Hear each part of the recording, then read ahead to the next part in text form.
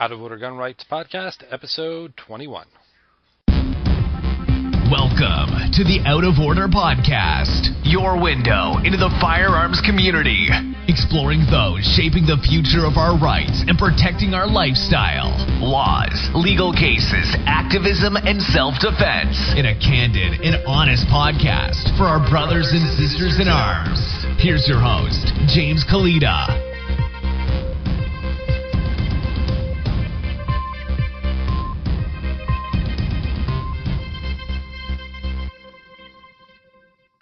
Thanks for tuning in to the Out of Order Gun Rights Podcast. Today's guest is Megan McGill.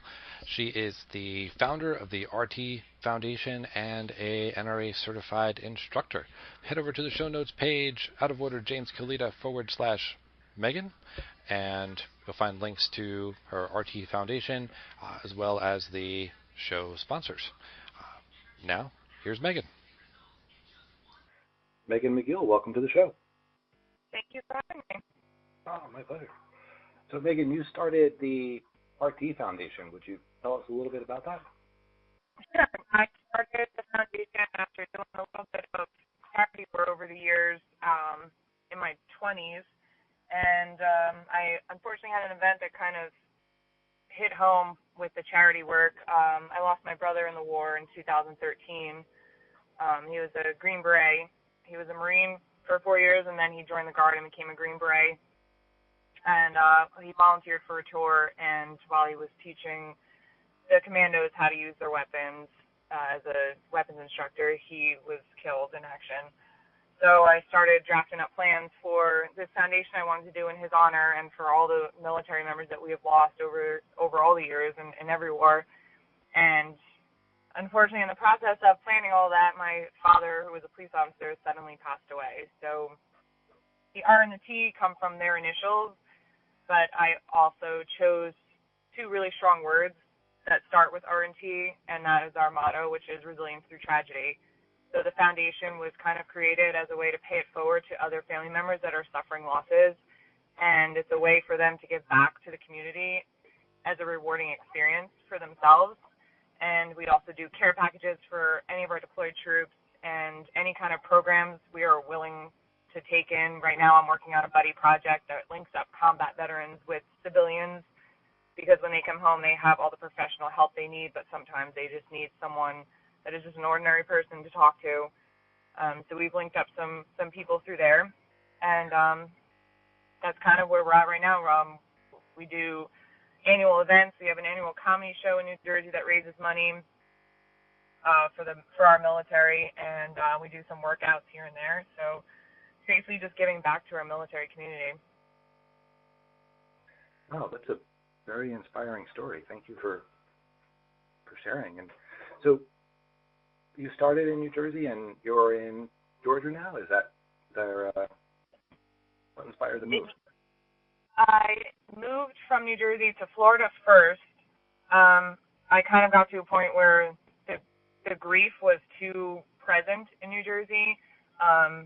As far as it got so bad that my office where I worked was directly across the street from the cemetery where my dad and my brother were buried. So it was kind of just in my face a little too much. I kind of needed to slow my life down a little bit and start over. So I moved to Florida, lived by the beach for 2 years, and I'm now in Atlanta because I just got married, and my now husband just came home from Afghanistan, and this is where we reside now. Oh, okay. Congratulations. Thank you. So, you said there's a comedy night and workouts. Would you tell us about those a bit? Yeah, sure. The comedy night is kind of like my baby. It's the first event I put together through RT Foundation. The first one was only 6 months after Timothy had died, my brother Timothy. So it was kind of like, oh man, how's this going to go? I was a little nervous, and the show sold out. I was still living in New Jersey at the time. I basically locked down a venue that I had gone to many, many times to see a bunch of bands play, so it was kind of my favorite place to go. And I spoke to the owners, and they were all about it. And I basically just reached out to some comedians in the New York City area, and they were so willing to be a part of this and to give back and volunteer their time. They didn't take any money. They didn't ask for any money. They traveled down to New York City and they volunteered their time. And it was so big and so successful and so rewarding. And we were able, RT wasn't completed yet, so we took all the money from that and we donated it to the Green Beret Foundation, which is another incredible organization. And then the following year, we were ready for RT, and we kind of just incorporated that into it, and it's just been going strong. We just had the 5th year back in April of the show running, and this year we actually raised the most money so far. Oh, wow. That's great. And it's doing really well. And what are you said workouts. What are those? I saw a couple pictures online, but how do you raise money that way? So the workouts are basically, we take a fallen soldier who we've lost in the war, we've lost to suicide, we've lost to, unfortunately, to anything. We'll reach out to the family members and we'll ask them, do you happen to know what their favorite workout was or what their favorite training technique was when they were in the military? The first one I ever did was in Florida when I lived in Florida. The local CrossFit gym was kind enough to lend me their gym for the day. And we had a bunch of people sign up, and for the first one, I used my brother as an example, and my brother hated running. So he would always fill his rucksack with gallons of ice cream, and that was his motivation. Let me get through this running before all my ice cream melts so I don't have to clean out my ruck. So that was kind of his favorite training technique to get him motivated to run. So what we did was I went and bought a whole bunch of ice cream. We did it relay style. We had 2 teams, and we filled both trucks up with some ice cream, and we relayed. We did a whole bunch of workouts. We ran down to the beach and did some relaying on the beach, came running back, and the first team that finished without their ice cream melting won.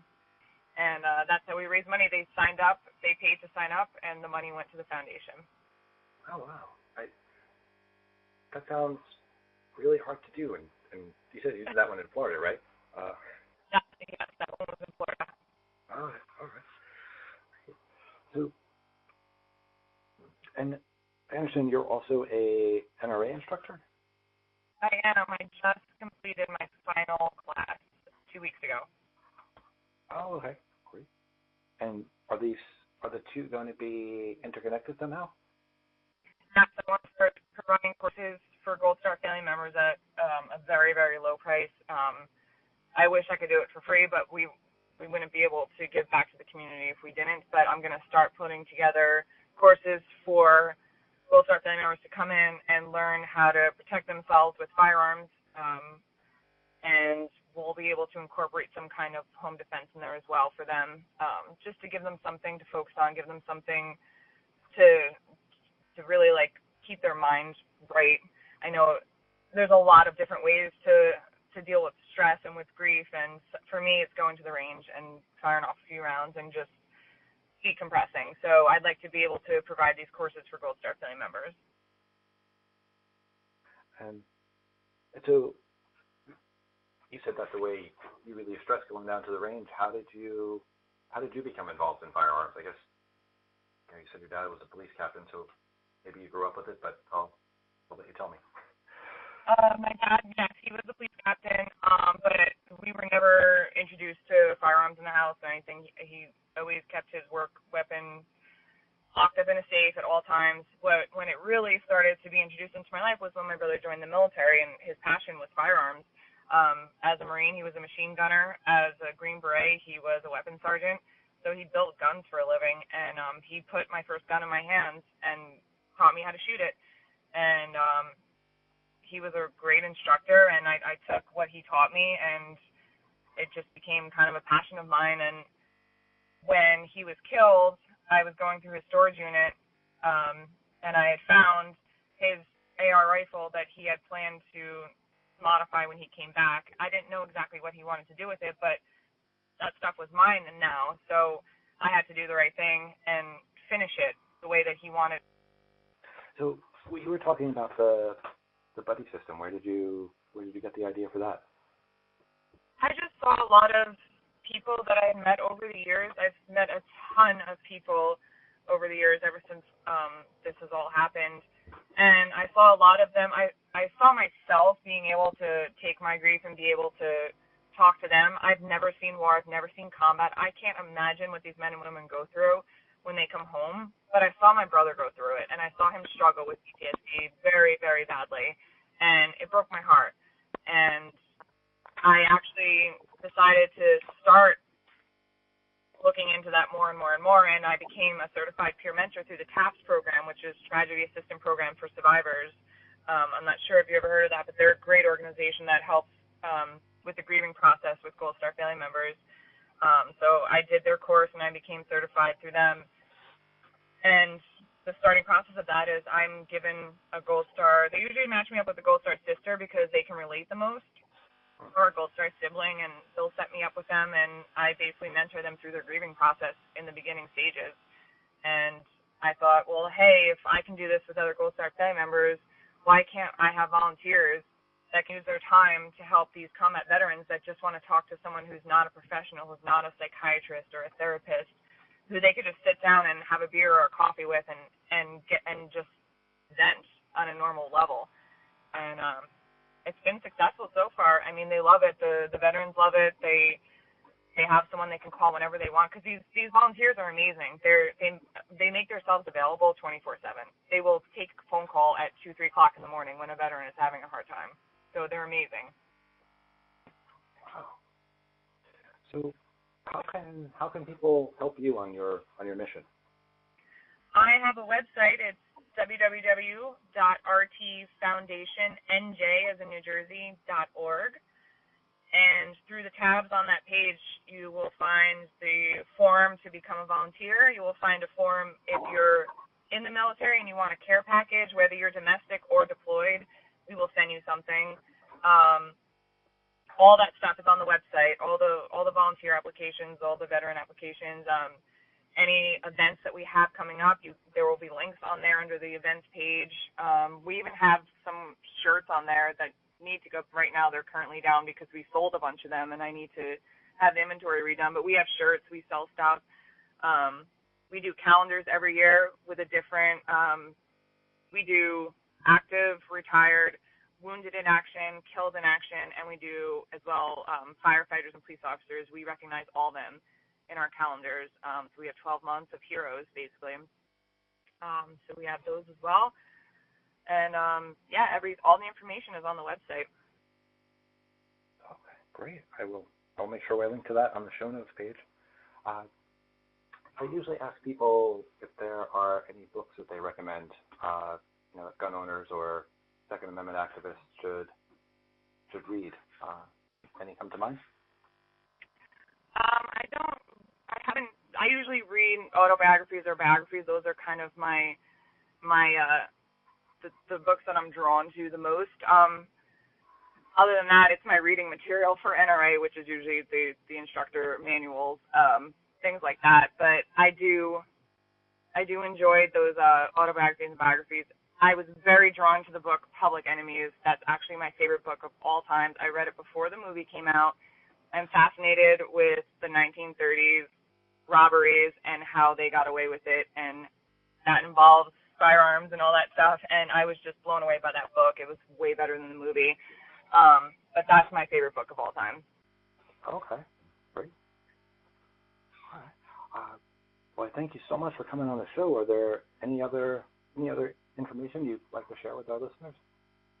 I just hope that everybody knows how much our military really sacrifices every day, whether it's their own lives or their families and their time away from their families. This mission is extremely important to me and all the Gold Star family members that have lost someone. So we always are welcoming volunteers. Anybody that wants to be a part of our organization, we welcome them with open arms.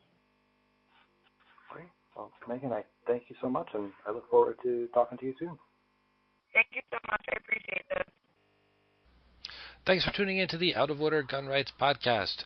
Please head over to the show notes page, outoforderjameskalita.com/Megan, where you'll find links to Megan's foundation, to our email list, and to our sponsors. We'll see you next time.